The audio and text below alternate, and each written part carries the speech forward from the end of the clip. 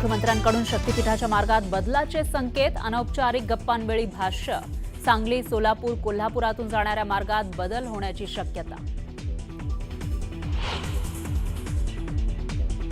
जिथं फायद्याचं असेल तिथंच युती करणार, अनौपचारिक गप्पांवेळी मुख्यमंत्री फडणवीसांचा पुनरुच्चार. एमएमआर विभागामध्ये काही ठिकाणी मैत्रीपूर्ण लढत होणार असल्याचीही दिली माहिती.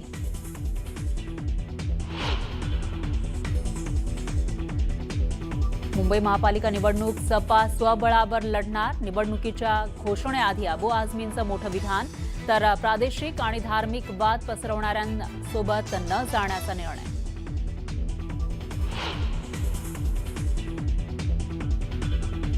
शिवसेनेचे रवींद्र धंगेकर यांनी एक्सवरचा शिवसेनेचा लोगो हटवला.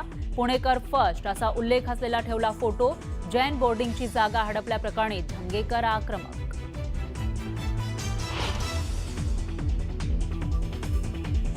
भाऊबीजेनिमित्त ठाकरे बंधू 20 वर्षांनंतर पहिल्यांदाच बहीण जयजयवंती यांच्या घरी एकत्र. आदित्य आणि तेजस ठाकरेंची उर्वशी राज ठाकरेंसोबत पहिली भाऊबीज. परिवहन मंत्री प्रताप सरनाईक यांनी घेतली शरद पवारांची भेट. एमसीएच्या निवडणुकीसंदर्भात चर्चा झाल्याची सूत्रांची माहिती. अध्यक्षपदासाठी सरनाईकांच्या पुत्राचं नाव चर्चेत.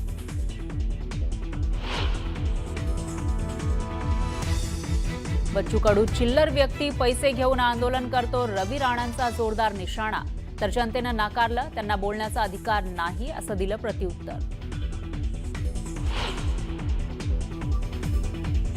कुख्यात गुंड निलेश घायवळचा पासपोर्ट अखेर रद्द. बनावट माहितीच्या आधारे पासपोर्ट बनवून घायवळचं पलायन.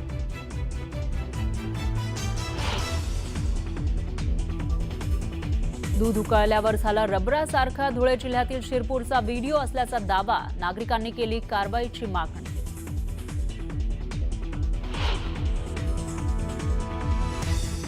जोगेश्वरी पश्चिमेकडील बेहरामबाग भागामध्ये इमारतीला भीषण आग.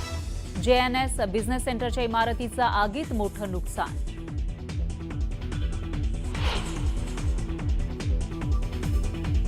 कोल्हापूरच्या इंगळी गावच्या हद्दीत अघोरी पूजेचा धक्कादायक प्रकार. 8 ते 10 तरुणांनी मध्यरात्रीच्या सुमारास पूजा केल्याचा व्हिडिओ व्हायरल. नागरिकांमध्ये भीतीचं वातावरण.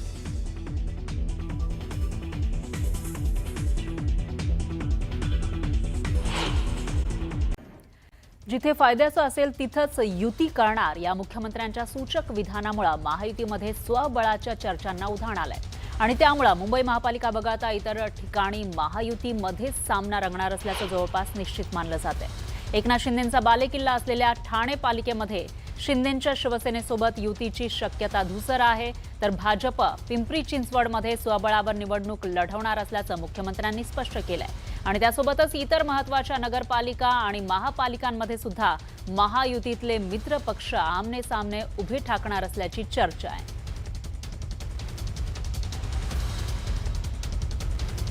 तर 2017च्या आकडेवारीनुसार कोणत्या महापालिकेमध्ये कोणाची किती ताकद होती ते आपण बघूयात ग्राफिक्सच्या माध्यमातून. ठाणे महानगरपालिका आपण बघितली तर शिवसेनेकडे 67 नगरसेवक होते, तर भाजपकडे 23 नगरसेवक होते. म्हणजे शिवसेनेची या ठिकाणी ताकद मोठी होती. 2017ची आकडेवारी आपण बघतोय.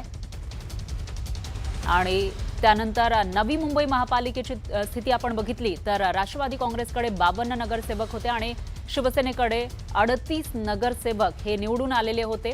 म्हणजे या ठिकाणी राष्ट्रवादीची ताकद ही मोठी होती. पण आता त्यावेळेला राष्ट्रवादीमध्ये असलेले गणेश नाईक हे भाजपसोबत आहेत, मंत्री आहेत. आणि नाशिक महानगरपालिकेमध्ये 2017 साली शिवसेनेकडे 66 नगरसेवक निवडून आले होते, तर भाजपचे 35 नगरसेवक होते. म्हणजे याचाच अर्थ त्यावेळेला शिवसेनेची जी ताकद आहे ती जास्त होती नाशिकमध्ये. आणि पिंपरी चिंचवड नगरपालिकेमध्ये बघितलं तर भाजपचे 77 नगरसेवक निवडून आले होते आणि राष्ट्रवादीचे 36 नगरसेवक हे निवडून आलेले होते. म्हणजे भाजपची ताकद या ठिकाणी जास्त आहे. त्यामुळे या ठिकाणी सुद्धा युतीची शक्यता धुसर आहे. एकीकडे ठाकरे बंधूंच्या युतीची जोरदार चर्चा असतानाच शिंदेंच्या शिवसेनेकडून मात्र याच्यावर आता टीका केली जाते, तेही आपण बघूया. महाराष्ट्रामध्ये देखील स्थानिक स्वराज्य संस्थेमधल्या पंचायत समितीपासून मुंबईच्या BMC पर्यंत ही सगळीकडे महायुतीची सत्ता यावी, यासाठी युती असावी, हीच शिंदेसाहेबांची भूमिका आहे आणि त्याच संदेशावर आम्ही पुढे जातो. दरम्यान स्थानिक पातळीवर निर्णय घेण्याची वेळ आली तर उद्या तसाच विचार पुण्याविषयी आला तर मग आम्ही निर्णय करू, असं मोहोळ यांनी म्हटलेलं आहे. पाहूया. स्थानिक स्वराज्याच्या निवडणुका ह्या आमचे नेते, महायुतीचे नेते एकत्रित बसून जे ठरवतील तो निर्णय आम्हाला मान्य असणार आहे. आमच्या राज्याच्या नेतृत्वानं आम्हाला मागच्या आठवड्यात बैठक झाली तेव्हा हेही समजलं, हेही त्यांनी सांगितलं की कदाचित काही ठिकाणी स्थानिक पातळीवरती याचे निर्णय घ्यावे लागतील. तर उद्या तसाच विचार आला पुण्यामध्ये काय करायचं, स्थानिक पातळीवरती जर याचा निर्णय करायचा वेळ आला तर मग आमच्यापाशी आमच्या कोर्टात बॉल येईल. पण आता तरी आमचे राज्याचे नेते सांगतील तेच त्याच्यामध्ये होईल. दरम्यान महायुतीमध्ये स्वबळाची चर्चा सुरू असली तरीही विरोधकांना चितपट करण्यासाठी खेळी असल्याचं राजकीय विश्लेषकांचं म्हणणं आहे. स्थानिक स्वराज्य संस्था निवडणुकीमध्ये बहुधा विरोधी पक्षाला स्पेसच ठेवायची नाही या उद्देशाने महायुतीनं काम सुरू केलं आहे. जिथं विरोधक प्रबळ आहे तिथं महायुतीची ताकद एकत्रितपणे लावायची आणि जिथे घटक पक्ष प्रभावी आहेत तिथे घटक पक्षांचाही वापर करून घ्यायचा आणि विरोधकांना तिथे चारीमुंड्या चित करायचं, असं बहुधा महायुतीचं धोरण दिसतंय. तर दुसरीकडे भाजपनं स्थानिक स्वराज्य संस्थांच्या निवडणुकीसाठी मोठी राजकीय खेळी केली आहे. त्या खेळीमुळे विरोधक निवडणुकीमध्ये निष्प्रभ ठरू शकतात. भाजपनं कोणता प्लॅन तयार केला आहे, पाहूया त्यावरचा हा स्पेशल रिपोर्ट. जिथं फायद्याचं असेल तिथंच युती करणार, तुल्यबळ ठिकाणी युती करणार नाही. मुंबईच्या MMR मध्ये काही ठिकाणी मैत्रीपूर्ण लढत. मुख्यमंत्री देवेंद्र फडणवीसांनी नागपूरमध्ये पत्रकारांशी अनौपचारिक गप्पांमध्ये महायुती आगामी निवडणुकीत कशा प्रकारे लढणार आहे हे स्पष्ट केलं आहे. एकंदरीतच पालिका निवडणुकीत महायुतीमध्ये फाटाफूट होणार असल्याचं आता लपून राहिलेलं नाही. पण मुख्यमंत्र्यांच्या या वक्तव्याला अनेक राजकीय कंगोरे आहेत. महापालिका निवडणुकांसाठी ही सत्ताधाऱ्यांची खेळी असल्याचं मानलं जात आहे. ज्या महापालिकेत महायुतीमधील पक्ष तुल्यबळ आहेत त्या ठिकाणी विरोधकांना फायदा होऊ नये अशी ही खेळी आहे.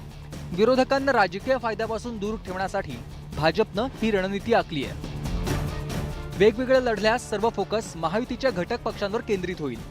त्यामुळे विरोधकांना जागा उरणार नाही. तसंच एकट्यानं लढून राजकीय ताकद वाढवण्यावर भाजपचा भर असणार आहे. एवढंच काय, पण निकालानंतर सत्तेसाठी सर्व पर्याय देखील खुले राहणार आहेत. मुंबईमध्ये ठाकरे बंधूंना टक्कर देण्यासाठी महायुतीने एकत्रितपणे मैदानात उतरायचं आणि संयुक्त उमेदवार उभे करायचे आणि ठाकरे विरुद्ध महायुती असा सामना घडवायचा. मात्र पुण्यामध्ये, नाशिकमध्ये किंवा राज्यामध्ये इतर मोठ्या शहरांमध्ये वेगळी स्ट्रॅटजी ठेवायची की ज्याच्यामध्ये महायुतीच्या तिन्ही घटक पक्षांना योग्य प्रतिनिधित्व मिळालं पाहिजे. म्हणून त्यांचे जे ठरलेले मतदार आहेत ते त्यांच्या पाठीशी राहतील, त्यांची मतं मिळवून त्यांचे उमेदवार विजयी होतील, ज्या योग्य महायुती मजबूत होईल. निवडणुकीत विरोधकांसाठी जागा शिल्लक राहू नये अशी भाजपची राजकीय चाल आहे. पण त्यांची स्ट्रॅटेजी राजकीय सारीपाटावर कितपत यशस्वी ठरणार याविषयी वेगवेगळे तर्क लावले जात आहेत. ठाकरे बंधूंची एकी, शरद पवारांची साथ आणि काँग्रेस सोबत असेल तर महायुतीची स्ट्रॅटेजी कितपत परिणामकारक होऊ शकते असाही प्रश्न आहे. विरोधक एकत्र लढल्यास किंवा विरोधक वेगवेगळे लढल्यास राज्यात काय चित्र निर्माण होईल याविषयी आताच ठामपणे कुणी सांगू शकणार नाही. ही खेळी विरोधकांना अडचणीत आणण्यासाठीच महायुतीची असेल तर विरोधकांना मात्र इथं एकत्रितरित्या या आव्हानाचा सामना केल्याशिवाय पर्याय असणार नाही. त्यांची मतं फुटू नयेत याची त्यांना काळजी घ्यावी लागेल. अन्यथा महाविकास आघाडीमध्ये पण 3 घटक पक्ष आहेत. हे पक्ष स्वतंत्रपणे लढले तर त्यांची ताकद विखुरली जाते आणि महायुती मग अशा वेळेला या राजकीय परिस्थितीचा फायदा घेऊ इच्छित आहे. विरोधक आता विधानसभा निवडणुकीतील पराभवाच्या धक्क्यातून सावरत आक्रमक होत आहेत. तर भाजपनं वेगवेगळे लढून जिंकण्याची रणनीती आखली आहे. मात्र त्यांची ही स्ट्रॅटेजी दुधारी तलवारही ठरू शकते. कारण विरोधक एकत्रितपणे नवं समीकरण निर्माण करू शकतात. आता कुणाची स्ट्रॅटेजी यशस्वी होते हे निकालानंतरच स्पष्ट होईल. Bureau report, news 18 Lokmat.